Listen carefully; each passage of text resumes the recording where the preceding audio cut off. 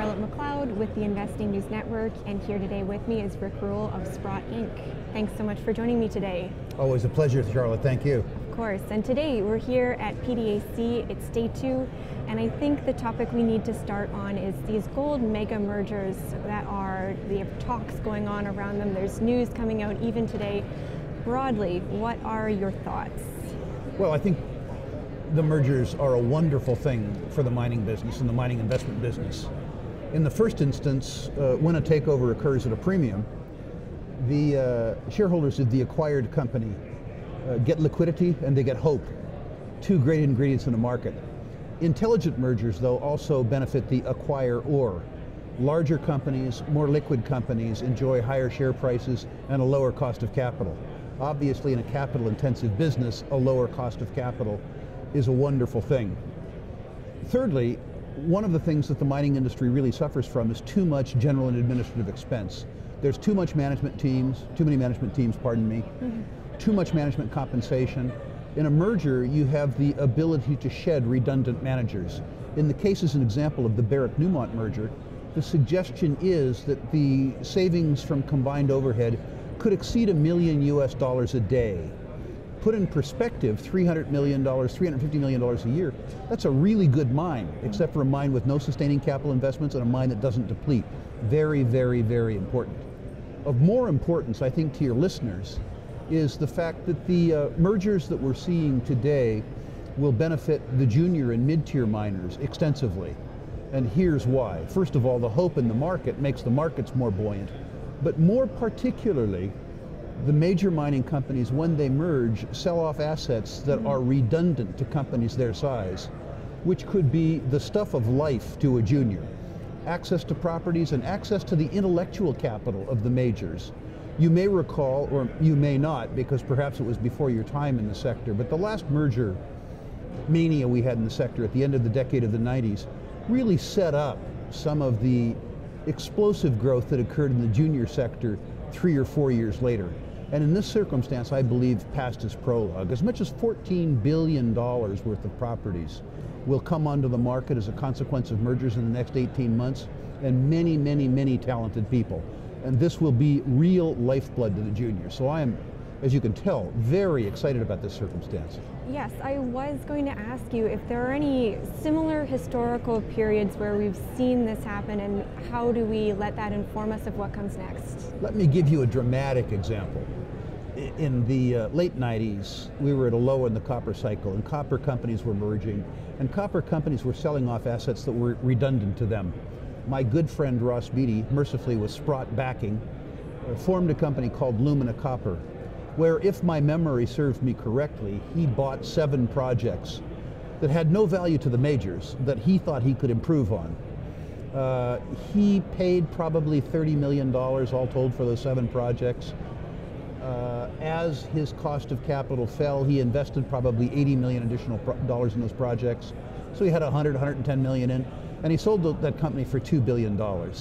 It's that sort of explosive accretion of value that occurs from better utilizing people and better utilizing properties that I think will be the hallmark of the next 5 years, much as they were the hallmark of the beginning of the last decade. So if you're an investor right now and you're trying to plan your strategy during this environment, should you be looking for those companies that may be buying those assets? Should you be looking for companies that may be taken over? Something else?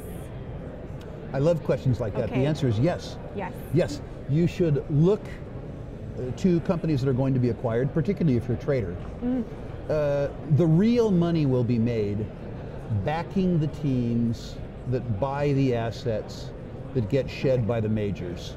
There are probably 20 teams worldwide now, a couple of them in your hometown in Vancouver, that have the capital resources, the human capital, and the capital markets know-how to utilize what will really be a smorgasbord of properties and people to grow.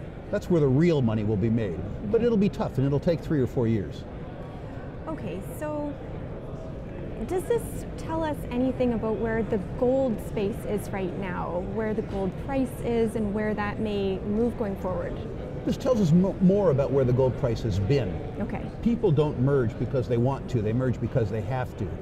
And the last 7 years have been extremely hard on the gold business after some good years. It also tells you that this has to happen because general and administrative expense in the gold industry, the mining industry as a whole, is way too high. These mergers have to take place because we need lower general and administrative expense relative to assets under management or relative to EBIT.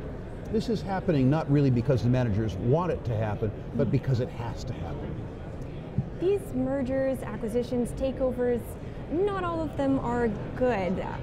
What are the hallmarks of a good takeover deal?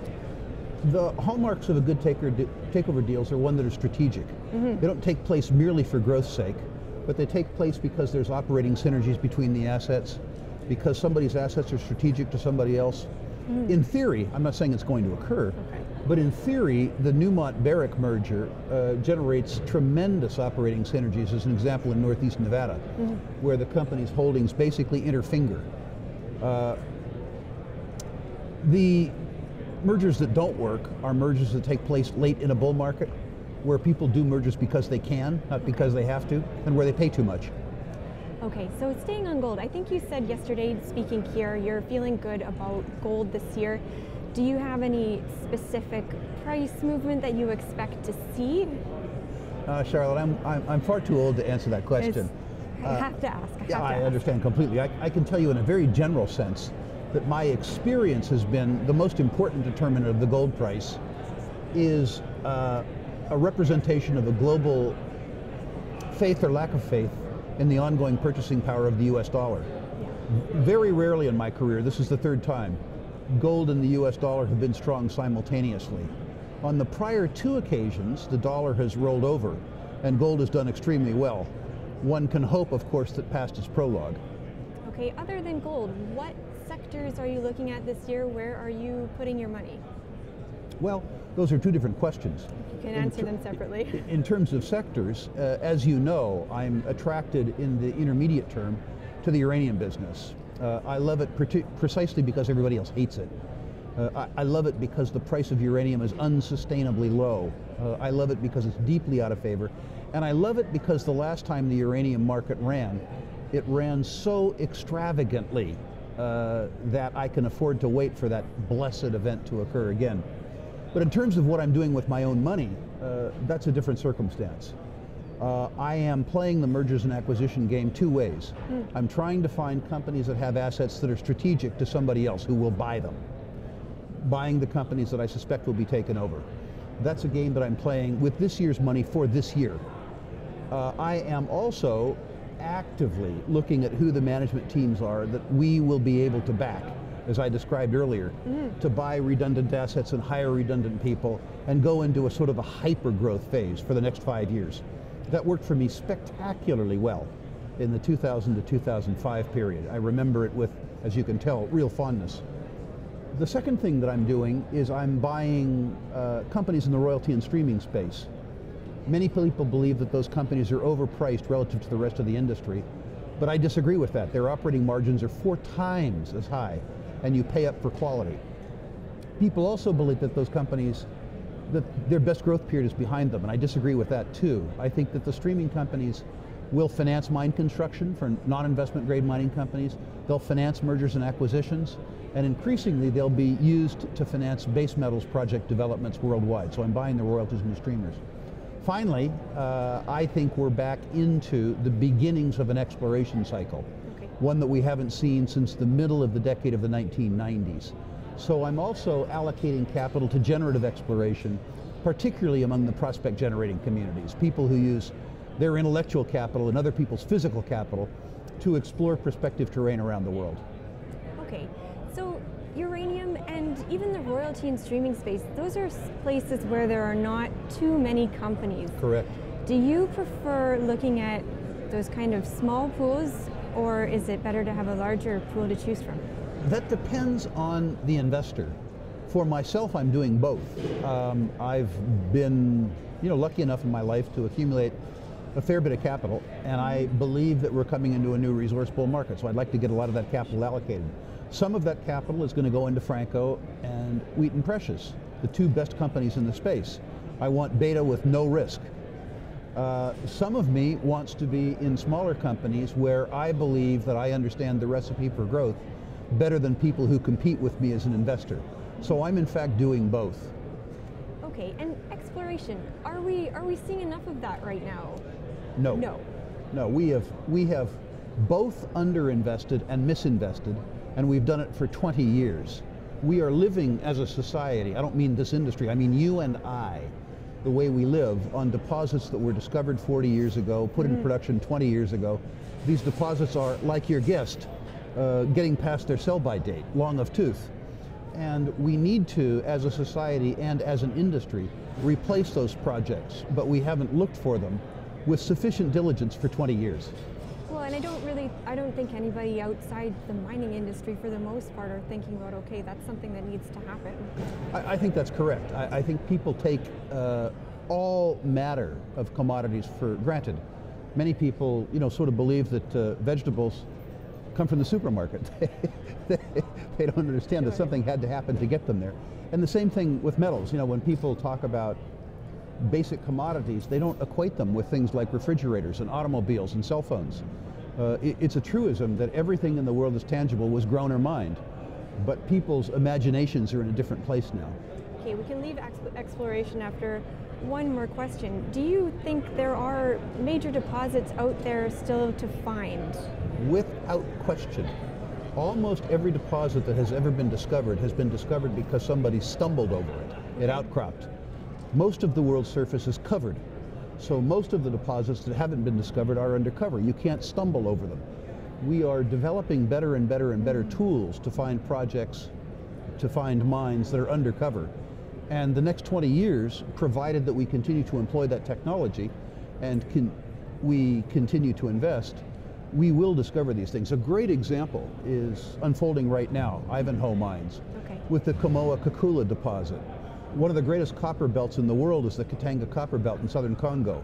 In the western extent of that, it's under sand, undercover. Robert Friedland and his team figured out that the copper didn't particularly care that sand was on top of it, and explored the western extension of that belt undercover and found what may be the most important copper discovery in the world in 100 years. That's a classic example of what remains to be found. Okay, well that's good to hear. As we wrap up, are there any trends that you would highlight for investors that they may be missing for 2019? Yeah, I think the most important trend for investors is their own education, mastering their emotions, understanding that this is a cyclical business. Bull markets, which people love, are risky. Bear markets are sales when goods are on sale. And if investors will teach themselves that the price of a stock is less important than information concerning its value, they will begin to do well. The second thing I'd like to say with regards to trends, I know it's not where the question goes, but it's where the answer is that asking yourself questions where the answer begins with when, not if. Circumstances like uranium, where it's bound to happen but you don't know when, asking questions where the answer begins with when involves answering yourself a much higher quality question than one where the answer begins with if. Okay, well that's great. I think we'll leave it here for today. Thank you so much for joining us. Pleasure. Thank you for having me on. Thanks. Once again, I'm Charlotte McLeod with the Investing News Network, and this is Rick Rule of Sprott, Inc.